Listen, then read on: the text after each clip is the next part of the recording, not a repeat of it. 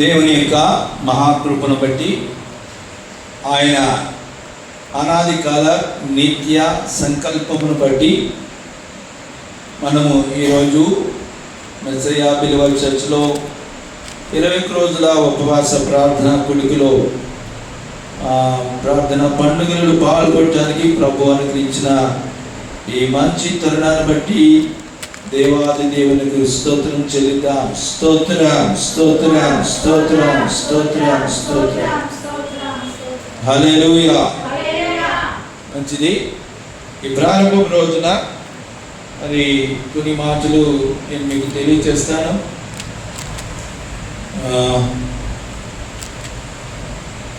ఈ ఉపవాస ప్రార్థన పండుగలలో గతంలో మనము అనేక విధాలుగా ప్రభువారు పరిశుద్ధాత్మ దేవుని సహాయంతో నడిపిస్తూ వచ్చారు.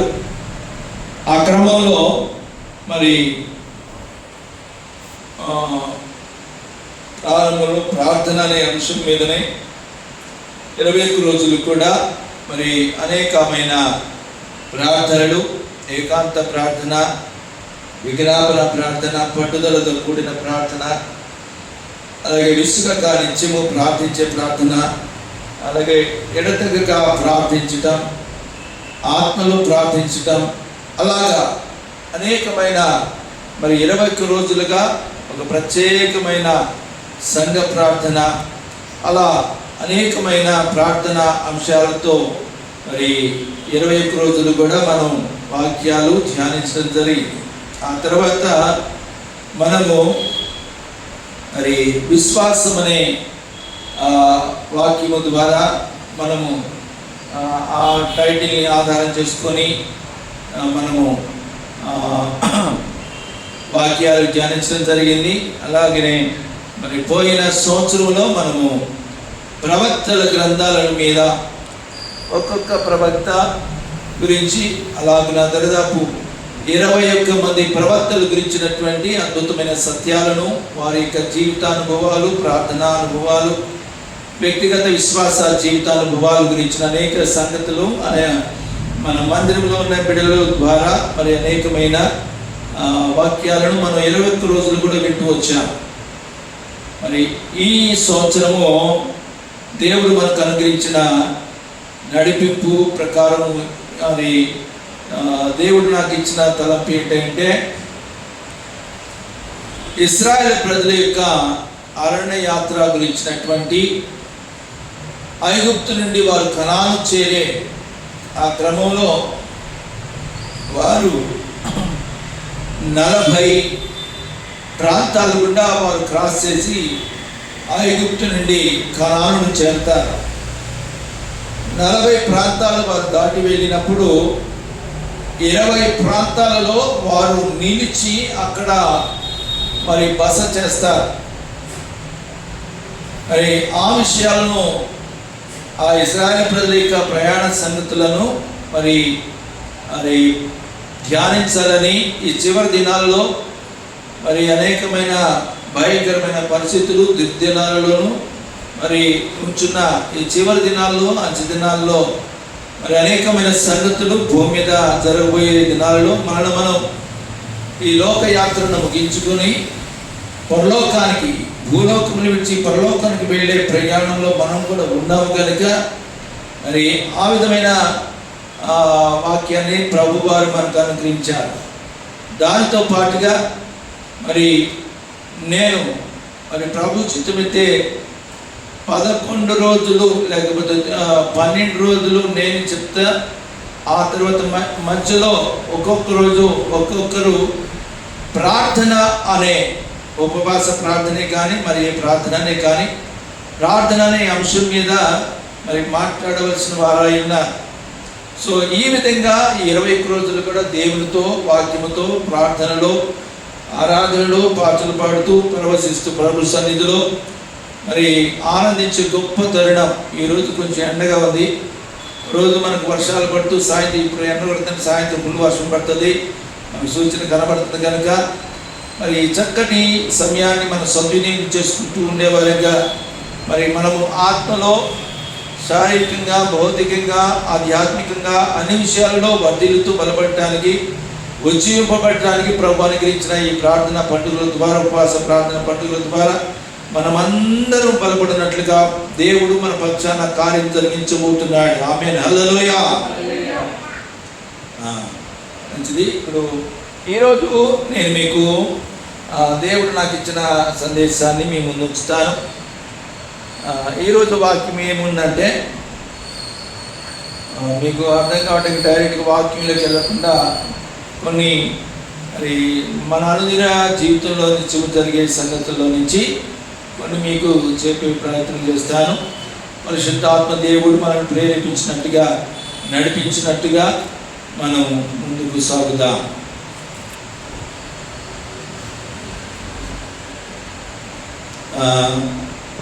మనమందరము కూడా చాలామందికి ప్రయాణాలంటే చాలామందికి ఇష్టం, అవునా కదా?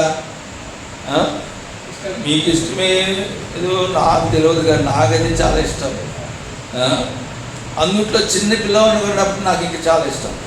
ఎందుకంటే మా అమ్మా నాన్న వాళ్ళు ఎక్కడో పెళ్ళిళ్ళు కబుర్లు చెప్పి వాళ్ళు వెళ్తూ ఉంటారు. వెళ్తూ ఉంటే నేను ఎమ్మడబడేవాడిని. మేము ఐదుగురు నేను మాత్రం ఇడిచిపెట్టేవాడిని కాదు. ఎమ్మడబడి నేను కూడా నన్ను కూడా తీసుకెళ్ళాను. వాళ్ళు బస్సు ఎక్కితే నేను కూడా బస్సు ఎక్కాలని. అప్పట్లో చిన్నప్పుడు మేము బాపట్ల అనే ఊరిలో ఉన్నప్పుడు ట్రైన్ ఎక్కాలని ఇంకా ఆశ ఉండేది. అప్పుడు నాకు దాదాపుగా 10 సంవత్సరాలు ఉండేవి. 5వ తరగతి చదువుతున్నాను అప్పుడు నేను. అలాగా ప్రయాణం అంటే నాకు చాలా ఇష్టం, జర్నీ. ఈ ప్రయాణము ఆ ఇష్టము ఇక అది ఇప్పటికి కూడా అది ఇక పెరుగుతూ వచ్చిందని తగ్గిపోలేదు. సో దేవుడు అనుగ్రహించిన నాకు ఎస్పెషల్గా ప్రత్యేకంగా దేవుడిచ్చిన ఒక ప్యాషన్ అంటే నాకు అభిష్టం. నా ఇష్టము అంత ఎక్కువ ఏముందంటే ప్రయాణం చేయాలని. అయితే ఆ ప్రయాణాలు మామూలు ప్రయాణాలు కాకుండా అవి దేవుని సువార్త పరిచర్య నిమిత్తమైన ప్రయాణాలుగా దేవుడు మార్చాడు. నేను ఊళ్ళు తిరగటం కాకుండా ప్రతి ఊరిలోకి వెళ్ళి వారికి వాక్యాన్ని ప్రకటించడానికి ప్రభువారే నాకు సమయాన్ని అలాగ సానుకూలపరిచి అనేకమైన ప్రాంతాల్లో, అందుకనే అవి దేవుడు నాకు ఇచ్చిన ఆ పరిచర్య అనుభవాలను జ్ఞాపకం ఉండుట కొరకు ప్రజలు ఆ విషయాలను గ్రహించి వారు కూడా పురికల్పబడాలనే ఉద్దేశంతోనే ఒక వీడియో చేయడం జరిగింది. వీడియో చేసినాను, అలాగే ఒక టెక్స్ట్ మెసేజ్ కూడా రాయడం జరిగింది. దరిదాపుగా మరి ఆ ప్రయాణాలు ఒక్కొక్కసారి మరి ఒక్కరోజు ప్రయాణం ఉండేది, ఒక్కొక్కసారి ఒక పూట ప్రయాణంలో వెళ్ళేవాడిని, ఒక్కోసారి పొద్దున వెళ్తే సాయంత్రం చేసేవాడిని, ఒక్కోసారి 2 రోజులు కూడా ప్రయాణం చేశాను. ఒక స్థానానికి ఒక ఊరికి వెళ్తానికి 2 రోజులు పట్టేది. ఆ విధంగా రకరకాల భిన్నమైన రీతిలో మరి ప్రయాణాలు చేయడానికి ప్రభువారు సాయం చేసినారు. ఒక్కోసారి సుదీర్ఘమైన దూర ప్రాంతాలు, మరి ఢిల్లీ అనే ప్రాంతం, రాష్ట్రం అంటే భారతదేశానికి మరి క్యాపిటల్ ఏదైతే ఉందో అది ఢిల్లీ. ఆ ప్రాంతానికి మరి దాదాపు 2000 కిలోమీటర్ల చిల్లర, 2000 కిలోమీటర్ల పైగా ఉండే ఆ ప్రాంతం. మరి ఆ ప్రాంతానికి 2 గంటల్లోనే చేరుకునేటట్టుగా దేవుడు వాహనం మీద వెళ్ళడానికి మరి కృపను అనుగ్రహించాడు. మీకు అర్థమైంది అనుకుంటున్నాను. ఏరోప్లేన్లో మరి 2 గంటలకే ఆ గమ్యాన్ని చేరుకోగలిగినట్లుగా దేవుడు ప్రయాణం జరిగించాడు. అలాగా బీహార్ అనే రాష్ట్రంలో కూడా ప్రయాణం చేయడానికి ఏరోప్లేన్లో వెళ్ళి ఆ ప్రాంతాన్ని దర్శించిన ప్రభు కృపను అనుగ్రహించాడు. అక్కడ పరిచర్య చేయడానికి ప్రభు సహాయం చేశాడు. అలాగున మరి మధురై, చెన్నై ప్రాంతంలో ఉన్న మధురై అనే ప్రాంతానికి కూడా మరి ఏరోప్లేన్లో వెళ్ళి అక్కడి నుంచి రావటానికి ప్రభు కృపను అనుగ్రహించాడు. ఈ విధంగా ప్రయాణాల్లో ట్రైన్లో చేయాలంటే ఇంకా ఇష్టం. ఎందుకంటే పడుకోవాలంటే పడుకోవచ్చు, కూర్చోవాలంటే కూర్చోవచ్చు. ప్రాంతాలని అన్ని చక్కగా మరి చూసుకుంటూ వెళ్ళే ఆ క్రమాన్ని మనకి అందరికీ ఇష్టం ఉంటుంది. అయితే నేను ఇవన్నీ ఎందుకు చెప్తున్నానంటే, ఈరోజు దేవుడు మనకు అనుగ్రహించిన సందేశం ఏంటంటే, నేను ఇవన్నీ ఎందుకు చెప్పిన, ఏరోప్లేన్ గురించి, ట్రైన్ గురించి, బస్సు గురించి ఎందుకు చెప్పినానంటే, పరిశుద్ధ గ్రంథంలో ఒక ప్రయాణం చేసిన గుంపు ఉంది. ఆ ప్రయాణము వాళ్ళు రైలు బండిలో ప్రయాణం చేయలేదు, ఏరోప్లేన్లో అంతకన్నా చేయలేదు, బస్సులో అంతకన్నా వెళ్ళలేదు. వాళ్ళు కాలినడకనే ప్రయాణం చేశారు. ఇది చాలా కష్టమైన ప్రయాణం.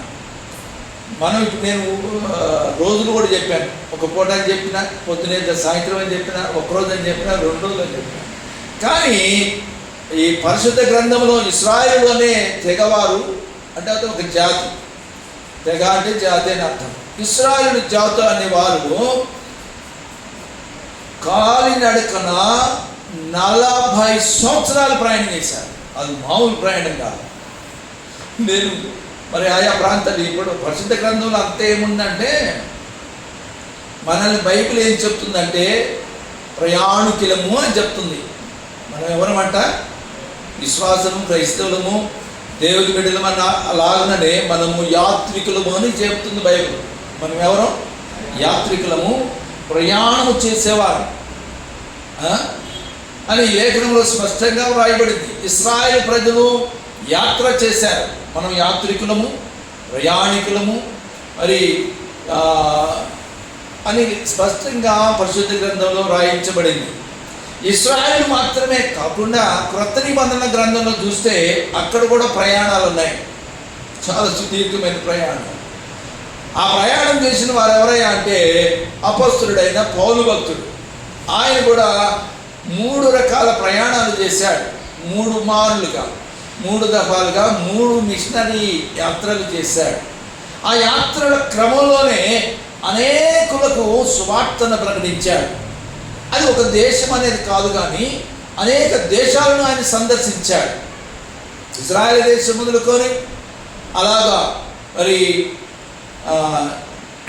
పైన టర్కీ అనే దేశము, ఆ తర్వాత గ్రీస్ అనే దేశము, ఆ తర్వాత ఇటలీ అనే దేశము, అలాగున అనేక దేశాలు ఆయన 3 విధాలుగా 3 రకాలుగా 3 సార్లు ఆయన ప్రయాణాలు చేశాడు.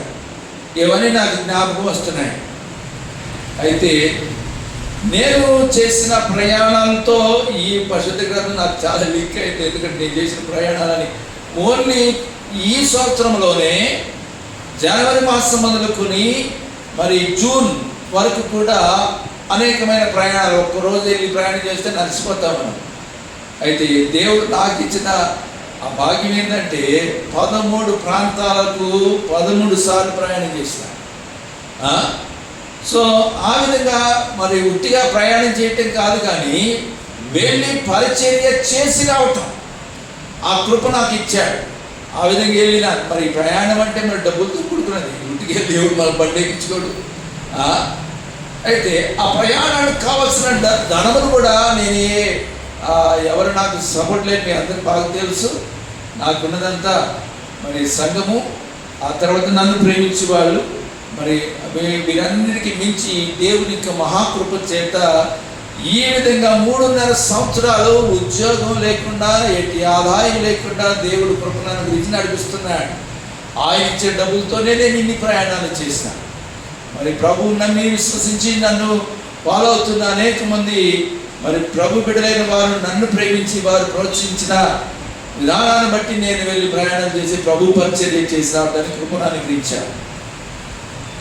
సో ఈరోజు నేను మీకు చెప్పే సందేశం ఏంటంటే, మనము ఈ ఇశ్రాయేలు ప్రజలైతే ఈజిప్ట్ అనే దేశమును విడిచిపెట్టి కనాను అనే దేశమునకు వారు ప్రయాణం చేసినారు. అది సుదీర్ఘమైన అంత ప్రయాణం ప్రపంచంలో ఎవరు చేసి ఉండరు, ఏ జాతి వారు ఆ విధంగా అన్ని సంవత్సరాల ప్రయాణము చేసి ఉంటారు. అయితే మనము కూడా ప్రయాణం చేస్తూ ఉన్నాం. అనగా మన ప్రయాణం ఏంటంటే, మనం పుట్టినది మొదలుకొని ఇప్పుడు వరకు ఎన్ని సంవత్సరాలు మనం కలిగినామో అది కూడా ఒక ప్రయాణం. ఈ ప్రయాణంలో దేవుడితో తో మనం ఏ విధంగా ఆయన సహాయం పొందుకుంటూ ఆయన ఆత్మచేత నడిపించబడుతూ అన్ని విషయాలలో ఇప్పటి వరకు దేవుని యొక్క అడుగుజాడలు నడుస్తూ ప్రయాణం చేస్తూ ఈరోజు ఇక్కడ వరకు చేరుకున్నాం. అయితే మనము ఇక మీద చేయబోయే ప్రయాణం ఉంది. అదే ప్రయాణం అంటే భూలోకమును విడిచి పరలోకమునికి వెళ్ళే ప్రయాణము. అది గొప్ప ప్రయాణం. ఆ ప్రయాణ మార్గంలో మనం కూడా ఉన్నాం. అయితే ఒక దీనిని ఏమంటారంటే ఆత్మీయ యాత్ర అంటారు. ఏం యాత్ర? ఆత్మీయ యాత్ర అనే పేరుతో ఒక రేడియో ఛానల్ కూడా ఉంది. స్పిరిచువల్ జర్నీ, ఆత్మీయ యాత్ర. ఈ ఆత్మీయ యాత్రలో మనకు అనేకమైన పరిస్థితులు ఎదురవుతాయి. ఎన్ని పరిస్థితులు ఎదురైనా మనకు అన్ని సానుకూలపరిచేవాడు, సమకూర్చేవాడు, పోషించేవాడు, నడిపించేవాడు, బలపరిచేవాడు మనకున్నాడు అనుకోండి, మనం ఎక్కడికైనా వెళ్ళగలుగుతాము. మనం ఆయా సుదీర్ఘమైన ప్రయాణాలు చేయాలంటే శక్తి బలం ఉండాలి. ఆ బలము దేవుడు ఇచ్చాడు అనుకోండి, మనం చేస్తాం. అందుకనే ఈ యాత్ర ప్రయాణాలు అన్నిటి మీదుగా కలిపి ఒక పాట రాయడం జరిగింది. అదేం పాట అంటే, నీ యాత్రికుడను, నీ క్రైస్తవుడను, నా పయనం యేసుతో, నా పయనం క్రీస్తుతో, నా పయనం యేసుతో, నా పయనం క్రీస్తుతో, నా యేసు మార్గములో కష్టాలు ఎన్నో, కన్నీరు ఎంతో, ఎదురు దెబ్బలు ఎన్నో, నా యేసు మార్గములో కష్టాలు ఎన్నో, కన్నీరు ఎదురు దెబ్బలు అయినను ప్రయాణము ఆగదు, అయినను పయనము ఆగదు. నీ యాత్రికుడను, నీ క్రైస్తవుడను, నా పయనం యేసుతో, నా పయనం క్రీస్తుతో, నా పయనం యేసుతో, నా పయనం క్రీస్తుతో. హల్లెలూయా.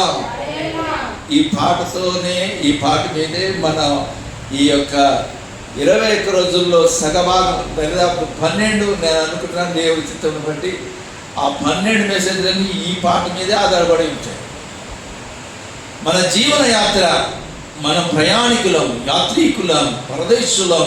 మనం ఈ దేశము కాదు, ఈ దేశమును విడిచిపెట్టి పరలోక దేశమునికి వెళ్ళవలసిన వారము, మార్గ మధ్యలో ఉన్నాము అని మనం గ్రహించాలి. అయితే మనం చేరుకోవాల్సిన గమ్యం పరలోక రాజ్యం, పరలోకము మనం చేరవలసిన వారమై ఉన్నాం. అందుకనే అబ్రహాము కూడా ఏమని రాయబడిందంటే, ఇదిగో నేను యాత్రికుడను అన్నట్టుగా ఆయన తాత్కాలికమైన గుడారంలో ఉన్నాడు, కానీ పర్మనెంట్గా ఆయన ఏమి లేడు. అందుకని వారి గురించి ఒక మాట నేను చూపిస్తాను చూడండి. ఇశ్రాయేలు ప్రజలు అనేవారు రాక మునుపు వారికి ముందుగా ఉన్న భక్తులు కూడా ప్రయాణం చేశారని రాయబడింది. ఆ మాట మొదట చూద్దాం, ఆ తర్వాత ఇశ్రాయేలు ప్రజల ప్రయాణం చూద్దాం, ఆ తర్వాత మనము నేడు ఉంటున్న క్రైస్తవులమైన విశ్వాసులమైన మన ప్రయాణం ఎలా ఉండాలో, ప్రయాణము అనే యాత్రికులమనే యాత్ర అనే విషయాల మీదనే మనము దేవుని వాక్యాన్ని ధ్యానించవలసిన వారమై ఉన్నాం. ఆ మాట చూద్దాం. హెబ్రీయులకు రాసిన పత్రిక 11వ అధ్యాయము, అక్కడ ఒక మాట రాసింటే చూడండి.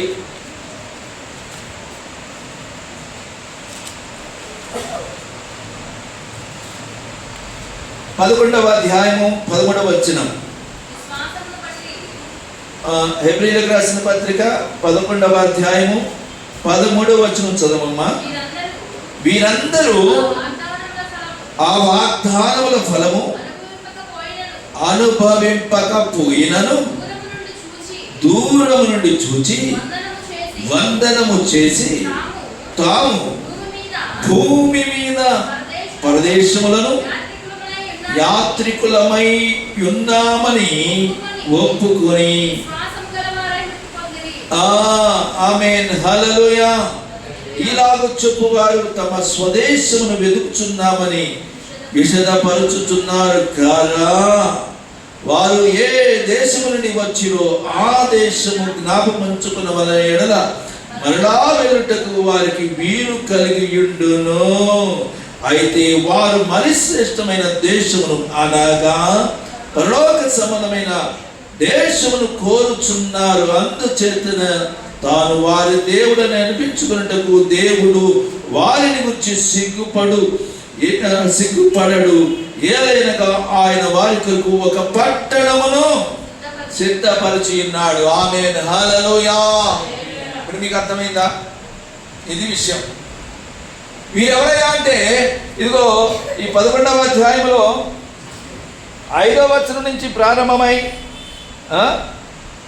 అబ్రహాము ముందు ఉన్న నోవాకు ముందున్నటువంటి హానోకు ముందున్న వ్యక్తులు, హేబేలు, వీరందరిని గురించి కూడా ఇక్కడ మనం చూస్తాం. వీరందరూ కూడా ఇశ్రాయేలు ప్రజల కంటే ముందుగా ఉన్నటువంటి జనాంగం.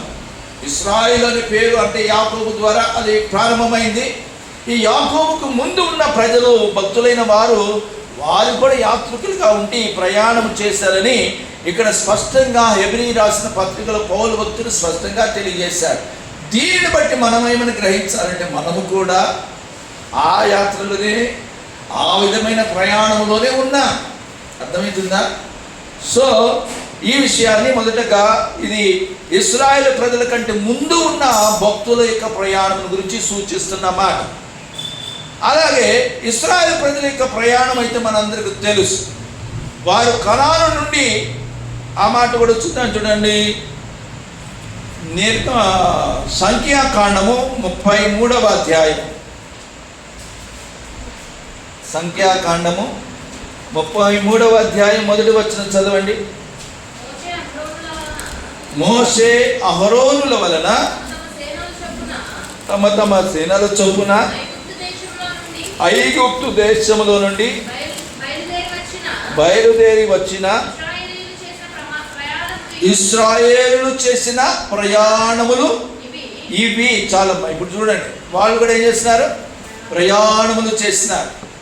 అలాగే మనము ఇది ఒక దేశం నుండి మరొక దేశంలోకి వెళ్ళే ప్రయాణాలు ఇవన్నీ కూడా. ఆ భక్తులందరూ కూడా ఇది మన దేశము కాదని, ఇది పరదేశమని, మేము ఈ దేశంని విడిచిపెట్టి శ్రేష్టమైన దేశం కొరకు మేము సిద్ధపాటు కలిగి వెళ్ళబోతున్నామని వారు చెప్పారు. ఇక్కడ ఇశ్రాయేలు ప్రజలు కూడా ఐగుప్తుని విడిచి కనాను వెళ్ళే ప్రయాణమును వీరు చేస్తున్నారు. అలాగే కీర్తనల గ్రంథంలో కూడా చూస్తే అక్కడ కూడా ఒక యాత్ర ప్రయాణాలు కనబడతాయి. దాదాపు 15 కీర్తనలు యాత్రా కీర్తనలుగా ఉన్నాయి. వారు ఏం ప్రయాణం చేశారంటే వాడిని ఇంటర్నల్ దేశం లోపల వాళ్ళు ప్రయాణాలు చేశారు. ఒక దేశంలో నుంచే మరొక ప్రాంతానికి, అనగా ఇజ్రాయెల్ దేశంలో ఉన్నటువంటి 4 ముఖ్య పట్టణాలలో నుంచి, దాను నుంచి బయర్షెబా, అటు యోర్దాను, ఇటు మధ్యధరా సముద్రం, ఈ మధ్యలో ఉన్న 4 భాగాలలో యూదా ప్రాంతంలో ఈ యొక్క యెరూషలేము దేవాలయానికి వారు వచ్చి యాత్రలు చేస్తూ వెళుతూ ఉండేవారు. ఇకపోతే మన గురించి చెప్తే, మనం నేటి క్రొత్త నిబంధనలో ఉన్నటువంటి విశ్వాసులుగా, క్రైస్తవులుగా మనము ఏ ప్రయాణాలు కలిగి ఉన్నామో మన గురించిన ఒక వాక్యాన్ని మనం చదువుదాం. చూడండి, మీరు అందరూ గ్రహించుకోవాల్సిన మాట. ఇది క్రొత్త విధానంలో ప్రభువారు ప్రత్యేకంగా నాకు బయలుపరిచినటువంటి సంగతులు నేను మీకు బోధిస్తున్నాను. మీరు శ్రద్ధగా ఆలకించవలసిందిగా మనవి చేస్తున్నాను. ఈ విషయాలన్నీ కూడా మనకు అత్యంత అవసరమైనవి. మీరు దేనిని తెలుసుకొని ఉన్నా తెలుసుకోకపోయినా ఈ యొక్క ప్రయాణాల గురించిన విషయాలను మీరందరూ తెలుసుకొని ఉండాలి. ఇప్పుడు చూడండి, పేతురు రాసిన మొదటి పత్రిక 2వ అధ్యాయంలో, ఇది పేతురు రాసిన మొదటి పత్రిక. ఇది ఎవరికి రాసినాడంటే చూడండి, అక్కడ కూడా అదే మాట చెప్తాడు. 2వ అధ్యాయంలో చదివే ముందుగా మొదటి అధ్యాయంలో మొదటి మాట చదువుదాం. 1-2 వచనాలు చదివితే మీకు అర్థమవుతుంది. యేసుక్రీస్తు అపోస్తలుడైన పేతురు, తండ్రి అయిన దేవుని భవిష్యత్ జ్ఞానమును బట్టి ఆత్మ వలన పరిశుద్ధత పొందిన వారై విధేయులకును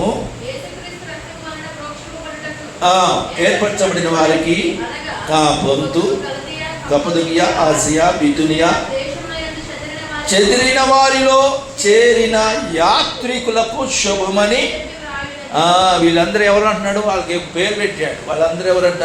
యాత్రికులు. ఆమేన్, హల్లెలూయా. ఈ యాత్రికులైన వారందరికి శుభమని చెప్పి వ్రాయినది, మీకు కృపయు సమాధానము విస్తరిల్లునుగాక అని ప్రారంభించిన ఈ పేతురు భక్తుడు 2వ అధ్యాయం 11వ వచనంలోకి వచ్చేసరికి ఏమంటున్నాడు చూడండి.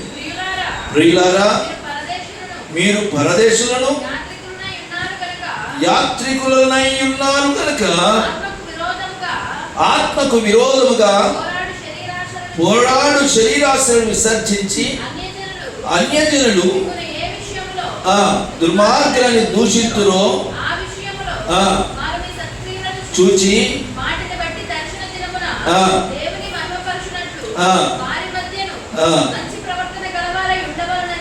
మిమ్మల్ని బతిమాలు వచ్చింది. ఇక్కడ కూడా ఏమంటున్నాడు పేతురు గారు కూడా, పరదేశులను యాత్రికులనై ఉన్నామని, యాత్రికులకు శుభమని చెప్తున్నదని చెప్తున్నాడు. పేతురు భక్తుడు చెప్తున్నాడు. ఎబ్రీ రాసిన గ్రంథంలో మరి పౌలు భక్తుడు చెప్తున్నాడు. అసలు మన పరిశుద్ధ గ్రంథం అంతా కూడా ప్రయాణానికి సంబంధించిన పుస్తకం. ఇది యాత్రకు సంబంధించిన పుస్తకం. మనం క్రైస్తవులుగా, నేటి విశ్వాసులుగా క్రైస్తవులుగా ఉంటున్న మనము కూడా ఈ భూలోకమును విడిచి పరలోకమునికి వెళ్ళే ప్రయాణం అనే యాత్రలో ఉన్నారు. అయితే ఈ విషయాన్ని మీరు స్పష్టంగా గ్రహించుకోవాలి. ఇప్పుడు చూడండి, ప్రయాణం అంటేనే, ఇప్పుడు ఈ లోకంలో మనం ప్రయాణం చేయాలనుకోండి, మనం ఏం చేయాలి? టికెట్ కొనుక్కోవాలి. ఎక్కడికి వెళ్తున్నామో అక్కడికి దాని గురించి వివరాలు తెలుసుకోవాలి, దానికి సంబంధించిన టికెట్ కొనుక్కోవాలి, దానికి సంబంధించిన అంటే ఏదైతే ఉందో టికెట్ కొనుక్కోవాలి. ఆ తర్వాత మనము లగేజ్ కూడా ఉంటుంది మనకి. సో ఆ లగేజ్ కూడా సిద్ధపాటు చేసుకోవాలి. సరే, వెళ్ళిన తర్వాత అక్కడ ఎలా ఉండాలి, ఎక్కడ ఉండాలి, ఏంటి అనేది వివరాలన్నీ మనం జాగ్రత్తలు కలిగి ఉంటాం. అయితే విషయం ఏంటంటే, నాకు ఈ మధ్య కూడా ఒక యాత్ర చేయాలని, మరొక యాత్ర చేయాలి. నాకు ఇప్పుడు ఆ మైండ్ దేవుడు ఆల్రెడీ కొన్ని అడ్వాన్స్గా ముందుగానే ఆలోచించి పెట్టిన, అలాగే దేవుడు ప్రేరేపణిస్తూ ఉంటాడు ఎక్కడెక్కడికి వెళ్ళాలో సిద్ధపాటు చేసుకున్నట్టుగా. సో ఆ విధమైన యాత్రకు వెళ్ళాలి అంటే మనకు కొన్ని భయాలు ఉంటాయి. ఉండవా? ఎందుకంటే మనం బస్సు ఎక్కేటప్పుడు, దిగేటప్పుడు అక్కడ టికెట్ పోయిందనుకోండి, అక్కడ పట్టుకున్నాడు దిగని చెప్పేసి వాళ్ళు రకరకాల ప్రాబ్లమ్స్. ట్రైన్లో వెళ్ళినాము, ఆ టికెట్ పోయిందనుకోండి, లేకపోతే మన పొద్దున ఫోన్లో పోయిందని, ఫోన్లో ఉంది, ఆ ఫోన్ పోయిందనుకో, ఎవడో కొట్టేసాడనుకో, ఇప్పుడు ఆడ వచ్చి చూపించడానికి ఉండదు. సమస్యలు ఎన్నో ఉంటాయి. ఆ ప్రయాణాలలో అక్కడ మనం తినే ఆహారము, ఆరోగ్యము, అక్కడ పరిస్థితులు ఎలా ఉంటాయి తెలియదు. మనకి ఇక్కడైతే ఆరోగ్యంగా ఉన్నాం, ఆడికి వెళ్ళిన తర్వాత మనం జలుబు చేయొచ్చు, దగ్గు రావచ్చు, ఎండ దెబ్బ తగలవచ్చు, ఏమైనా కాళ్ళని గుంజేయచ్చు, కాళ్ళని వాసిపోవచ్చు, ఎన్నో రకాల సమస్యలు తలెత్తుతూ ఉంటాయి. అదంతా మీకు తెలుసు. అవన్నీ కూడా బైబిల్ చెప్తుంది స్పష్టంగా. ఆ మార్గ మధ్యలో కొంతమంది దొంగలు కూడా దోచుకునే వాళ్ళు కూడా ఉంటారు. మనం రోడ్డు మీద బస్సు ఎక్కి దిగుతున్నప్పుడు మన అప్పుడప్పుడు ఆ బోర్డులో ఒక వీడియో వస్తూ ఉంటుంది. చేసింది ఆ మెట్రో ట్రైన్, మన హైదరాబాద్ మెట్రో, మరి మెట్రోపాలిటన్ సిటీ కాబట్టి మెట్రో ట్రైన్ లాగా ఉంటే, మెట్రో ట్రైన్లో ఎక్కేటప్పుడు కూడా ఫోన్లో మాట్లాడుతూనే ఉంటారు. ఎక్కిన తర్వాత కూడా ఫోన్ మాట్లాడుతుంటే ఆ డోర్ ఆటో ఆఫ్ ఆన్ అదే మూసుకుంటే అదే తెలుసుకుంటారు. ఎవరు మొయ్యనక్కలేదు, తెరవనక్కలేదు. ఆ డోర్ క్లోజ్ అయినప్పుడే ఫోన్ లాగేస్తారు కదా. ఇప్పుడు ఆ పని ఏం కావాలి? వాళ్ళ అమ్మ నాన్న ఫోన్ చేయాలంటే ఆ పనే కావాలి. డబ్బులు ఉంటాయి దాంట్లో, ఏదైనా మరి ఫోన్పే చేయాలంటే ఆ ఫోన్ ఉంటే నాకు ఫోన్పే చేసేది, ఫోన్ లేకుండా ఫోన్పే అవుతుందా? కాదు. డబ్బులు పోయా, ఎప్పుడు కాంటాక్ట్ చేయలేడు. చూసినారా, ఇవన్నీ ఉంటాయి. అంటే ప్రయాణాలలో అనేకమైన ఆపదలు ఉంటాయి అని మీకు చెప్తున్నా. అర్థమవుతుందా? దొంగలు ఉంటారు, దోచుకునే వాళ్ళు ఉంటారు. ఇక కొన్ని ప్రయాణాలు అయితే అది ఒంటరి ప్రయాణాలు అంటే మరిగా కష్టంతో ఉంటాయి. అది ఏ ప్రయాణాలైనా. అందుకనే దేవాది దేవుడు సర్వమును సృజించిన దేవాది దేవుడు ఏం చెప్పాడంటే, నీ రాకపోకల యందు కాపాడును. ఆమేన్, హల్లెలూయా. మన ప్రయాణాలు చాలామంది నేను ఎక్కువగా చూసింది ఏంటంటే, ఇప్పుడు బస్సు ఎక్కిపోతున్నారు, ట్రైన్ ఎక్కిపోతున్నారు అనుకోండి, ఇక్కడ చక్కగా నీటి తారే బ్యాగ్ లాంటి పెట్టిన చక్కగా కలుగుతుంది, ప్రార్థన చేసుకొని మళ్ళీ బయలుదేరుతాం అన్నట్టుగా ప్రార్థన చేసుకొని చక్కగా బయలుదేరుతూ ఉంటాం. మళ్ళీ వచ్చిన తర్వాత స్తోత్రం అయినా చక్కగా మమ్మల్ని క్షేమంగా నడిపించావు, తీసుకెళ్ళావు, తీసుకొచ్చావు అని చక్కగా ప్రార్థన చేస్తారు. నేనేమంటున్నానంటే, దేవుని యొక్క కాపుదల, భద్రత, క్షేమం లేకుండా నువ్వు ఎక్కడికి వెళ్ళినా అది నీకు సమస్య తలెత్తుతుంది. ఆమేన్, హల్లెలూయా. ఈ యాత్రలో నీకు జలుబు, ఏదైనా జ్వరం రావచ్చు, హఠాత్తుగా హార్ట్ ప్రాబ్లం రావచ్చు. నువ్వు రోడ్డు, ఇప్పుడు ఒకసారి నేను బాంబే వెళ్ళాను. బాంబే వెళ్తే ఆ బాంబే ఛత్రపతి శివాజీ ఏది ట్రైన్ ఉంటుంది, ఆ టెర్మినల్ అంటే railway station, Chhatrapati Shivaji terminal అంటారు దాన్ని. ఆ ముంబై రైల్వే స్టేషన్లో ఎలా ఉంటుందంటే, అసలు ఒక్కొక్కరికి అసలు ఇంత కూడా ఒక్కించి కూడా కాకుండా అంత రష్ ఉంటుంది, కిక్కిరిసి ఉంటుంది జనాలు. కొన్ని ఇలేని జనాలు బాబు, ఇట్లాంటి రైల్వే స్టేషన్ నేను ఎక్కడ చూడలేదు అనిపించింది. అయితే చక్కగా నేను బాంబే రైల్వే స్టేషన్ ఛత్రపతి శివాజీ టెర్మినల్కి ఆపోజిట్లో ఇక్కడ హోటల్ భోజనం ఉండాలి కదా, భోజనం ఎక్కడ హోటల్ ఉండాలి సర్వ్ చేసి చక్కగా ఒక హోటల్ చూస్తున్నాను. అక్కడికి వెళ్ళి బిర్యానీ ఉందా బాబు అని అడిగినాను. వద్దన్నాడు. పెట్టు బాబు అన్నాను. భోజనం చేసి ఇక సోంపు వేసుకొని తిని మెల్లగా మెట్లు దిగి వస్తున్నా. ఇంతలో ఒకడు రోడ్డు క్రాస్ చేస్తున్న ఒక వ్యక్తి దబీమని ఒక కారు గుర్తేసిన డాబు పడిపోయాడు. నేను అనుకున్నా, అరే ఒకవేళ ప్రయాణంలో ఉన్న వాళ్ళు ఇట్లా ఒక రోడ్ యాక్సిడెంట్ అయితే వాళ్ళ పని కాదు, వాడు వచ్చిన పని ఏమవుతుంది, వాడు హాస్పిటల్లో చేరాలి, వాడు మరి ఎడిపోతాడు తెలియదు, వాళ్ళు చూసే వాళ్ళు ఉండరు, పట్టించుకునే వాళ్ళు ఉండరు. వెంటనే అంబులెన్స్ వచ్చింది, వాడు అక్కడ గుర్తేసాడు, పడిపోయాడు, వాడికి ఫ్రాక్చర్ అయినట్టు అయింది, ఇక లేవట్లేడు, లేకపోతే లేస్తున్నాడు. మనకైతే మన పరిస్థితి ఏది అనిపించింది. నేను వచ్చిన అక్కడ బొంబాయిలో ఎవడైనా తెలుసుంటానా, వర పట్టించుకొని మన. అయితే నేను చూసిన, అమ్మో ఇదేంటి ఇంత పరిస్థితి. నేను వాడు డాబ్ అని గుర్తేసాడు, డాబ్ అని పడ్డాడు. వాళ్ళు లేవనైతే తెలికి అది అంబులెన్స్ వచ్చి తీసుకెళ్ళిపోయారు. ఏదో వాళ్ళకి ప్రథమ చికిత్స చేసి కట్టి మళ్ళీ నేను హైదరాబాద్ వచ్చే ట్రైన్లోనే వాడు ఎక్కాడు. అమ్మ, నాకు అప్పుడు అనిపించింది, ప్రయాణాల్లో దేవుని కాపుదల మనకి ఎంత అవసరమో అప్పుడు అర్థమవుతుంది. నాతో పాటు ప్రయాణం చేశాడు, వాడు కాలికి కట్టుకట్టుకుని ఎక్కాడు బండి. మీరు ఎట్లున్నారు బాబు అనుకున్నా. నేను చెప్పే విషయం ఏంటంటే, మనను ఈ భూలోకం నుండి పరలోకానికి వెళ్ళే యాత్రలో మనకు కూడా ఎన్నో ఆపదలు ఎదురవుతాయి. నేను పాడిన కదా పాట, కష్టాలు ఎన్నో కన్నీరు ఎంతో ఎదురు దెబ్బలు ఎన్నో అయినను పయనము ఆగదు, అయినను పయనము ఆగదు. నీజాతుడను నీ క్రైస్తవుడను నా పయనం యేసుతో, నా పయనం క్రీస్తుతో, నా పయనం యేసుతో, నా పయనం క్రీస్తుతో. ఆమేన్, హల్లెలూయా. అద్భుతమైన మాట ఏంటంటే, మన ప్రయాణాలన్నిటిలో దేవుడు దేవదూతలు మనకు కాపుదలిస్తాడు. ఆమేన్, హల్లెలూయా. మనం ఎక్కడికి వెళ్ళినా ఏ చోట వెళ్ళినా దేవుని యొక్క కృప మనకేంటంటే ఆయన దూతలను మనకు కావలిస్తాడని, పాదములకు రాయి తగులకుండా ఆ దూతలు మనల్ని కాపాడుతారని దేవుని యొక్క వాగ్దానాన్ని రాయించి పెట్టాడు. అర్థమవుతుందండి?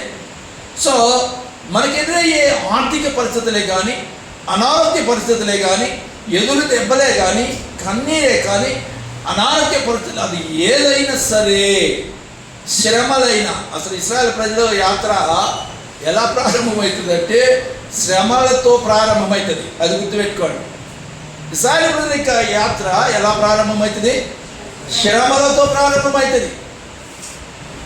ముగింపు ఏంటంటే ఆశీర్వాదంతో ముగిస్తుంది. అర్థమవుతుందా? ఎలా ముగించబడుతుంది? ఆశీర్వాదం, వాగ్దానముతోనూ ఆశీర్వాదముతోనూ స్వాస్థ్యముతోనూ ముగించబడుతుంది.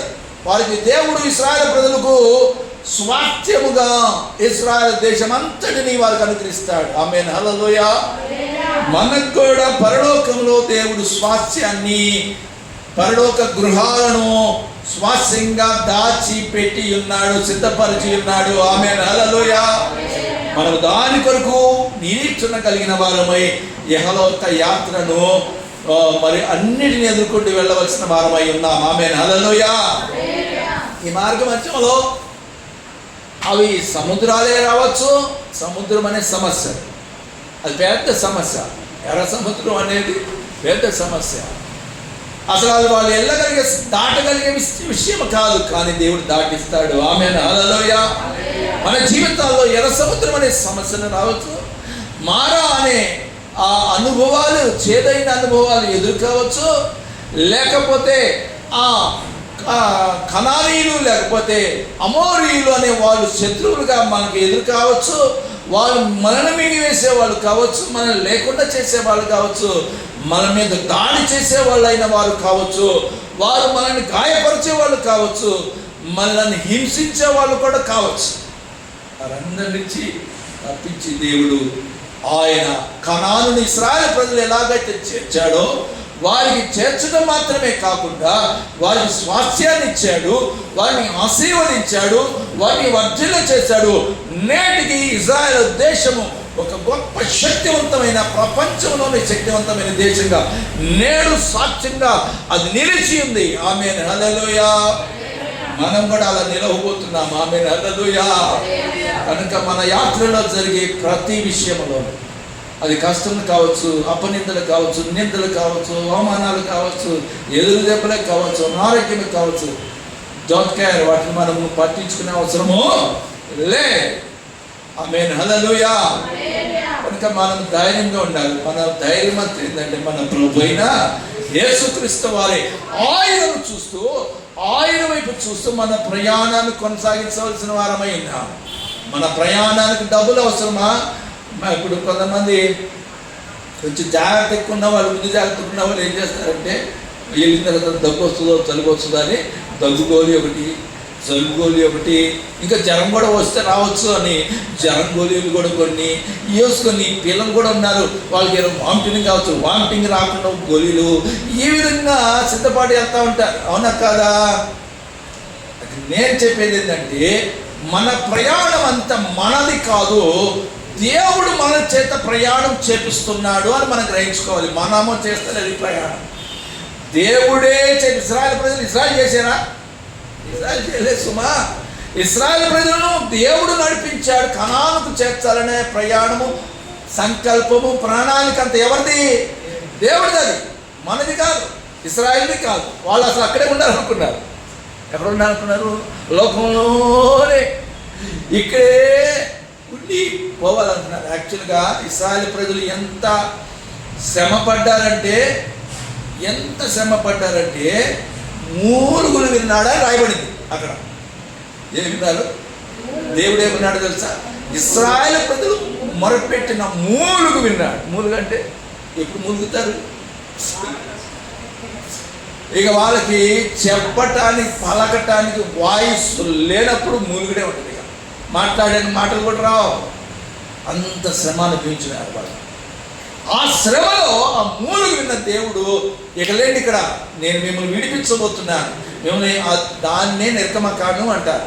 విడుదల, విమోచనకు గుర్తే నిర్గమకాండము. నిర్గమము అంటే విడిచిపట్టుట, మరచిపోవుట, అక్కడి నుండి వెనుదిరుగుట, ఐగుప్తు నుండి వెనుదిరిగి కనాను చేరుకునే ప్రయాణము నిర్గమకాండముతోనే ప్రారంభమవుతుంది. ఆమేన్, హల్లెలూయా. మనము కూడా ఈ భూలోకం నిర్గమించి నిరీక్షణ కలిగిన వారమై పరలోకమునకు వెళ్ళే ప్రయాణంలో ఉన్నామని మనం గ్రహించాలి. మన ప్రయాణానికి ఆ గ్యారంటీ ఆయనే, షూరిటీ ఆయనే, నడిపించు నాయకుడు ఆయనే, ఆరోగ్యమిచ్చేవాడు ఆయనే. ఇకపోతే ఈ ప్రయాణంలో నేను ఏదంతా ప్రారంభ రోజు కాబట్టి నేను మామూలుగా అన్ని జనరల్ విషయాలు చెప్తాను. మిగతా డీటెయిల్గా మరి రాబోయే రోజుల్లో డీటెయిల్గా మీకు మనమందరం సంతోషంగా ఈ పరలోకము వెళ్ళే యాత్రలో దేవుడు మనకు ఉన్న అనుభవాలు, ఇశ్రాయేలు ప్రజల అనుభవాలకు దగ్గరగా ఉంటాయి. వారిని మనం ముందుగా పెట్టాడు. మీరు కూడా ఆ ఇశ్రాయేలు ప్రజలను ఏ విధంగా దేవుడు నడిపించాడో అలాగనే మనల్ని కూడా నడిపించనై ఉన్నాడు అని మనం గ్రహించాలని ఈ మాటలు మీకు చెప్తున్నాను. ఇశ్రాయేలు ప్రజలు అరణ్య యాత్రలో వాళ్ళు ఒకళ్ళు ఇద్దరికి ఒక ఫ్యామిలీ కాదు.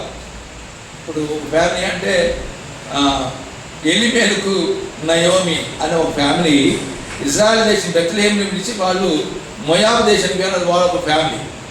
వీళ్ళైతే మనం ఒక ఫ్యామిలీ కాదు, వీళ్ళు ఒక జాతి వెళ్ళారు. ఒక జాతే దరిదాపు వారు 6 లక్షల కాల్బోనంగానే వాళ్ళు మహాయోధులు ఉన్నవారు మాత్రమే 6 లక్షలు. మిగతా వాళ్ళు పిల్లలు, వృద్ధులు, స్త్రీలు చాలామంది, దరిదాపు 20 లక్షల మంది ప్రజలు.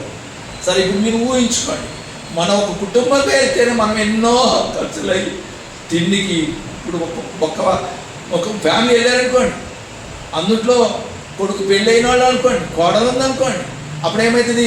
ఇప్పుడు మాకే చూస్తుంది, నాకు 2 కొడుకులు, మేమిద్దరము, మాకు 2 కొడుకులు, వాళ్ళకి పెళ్ళి లేదు, మేము 2 కోడళ్ళు, 6 అవుతాం. 6 వాళ్ళు ఒక హోటల్లో పోయించాలంటే 1000 రూపాయలు అయిపోతుంది. అంటే ప్రయాణంలో ఇక్కడ ఉంటే ఏం కావు, అర్థమవుతుందా? 500 అట్లా ప్లేటు. ఇప్పుడు ఒక ప్లేట్ ఇడ్లీ 2 చేస్తే 50 రూపాయలు అంటారు, అవునా కదా? ఒక ప్లేట్ కూడా అంటే అట్లా ఒక కుటుంబం పోయించాలంటే ఎన్నో ఖర్చులు అవుతాయి. అది టిఫిన్ చేస్తే 500 దగ్గరకు అయిపోతాయి. ఇక భోజనం చేశారనుకోండి, ఇక అయిపోయింది ఇక పిల్లు. అయితే నేనేమంటానంటే ఇశ్రాయేలు ప్రజలకు ఆహారం ఇచ్చింది ఎవరు? ఆమేన్, హల్లెలూయా. మనం అనుకుంటాం మన ఆర్థికంగా మనకు దేవుడు డబ్బులు లేవు, అప్పులు అయిపోయి ఎట్లా పోషించాలి, ఎట్లా నడిపించాలి, కుటుంబం ఎట్లా నడిపించాలి. అయితే మనం ఏం చేయాలంటే దేవుని మీద మనం ఆనుకొని ఆయనను ఆశ్రయించి ఆయన మీద విశ్వాసంతో అడుగులు వేస్తే కాకుల చేతులైన పోషించగలిగిన సమర్థుడైన దేవుడు. ఆమేన్, హల్లెలూయా. మనుషులు కాదు, కాకులతో సైతం పోషించగలిగిన సమర్థుడు. నువ్వు ఒకవేళ రిమోట్ ఏరియాలో ఉన్నా, అరణ్యంలో ఉన్నా, సముద్రం నడి సముద్రంలో ఉన్నా కూడా నేను పోషించగలిగిన సమర్థుడైన దేవుడు. ఆమేన్, హల్లెలూయా, హల్లెలూయా. యోనా ఏం చేశాడు? నడి సముద్రంలో ఇరుక్కపోయాడు. మళ్ళీ తీసుకొచ్చాడో లేదా బయటికి? ఆహారం పెట్టాడో లేదా దేవుడు? ఏది అయితే అరణ్యంలో ఇరికిపోతే ఆ అరణ్యంలోంచి మళ్ళీ ఆయనకి ఆహారం పెట్టి తెకోవ అరణ్యం దగ్గర ఆయన మళ్ళీ పోషించాడా లేదా? మనల్ని కూడా పోషించే దేవుడు అయి ఉన్నాడు. ఆమేన్, హల్లెలూయా.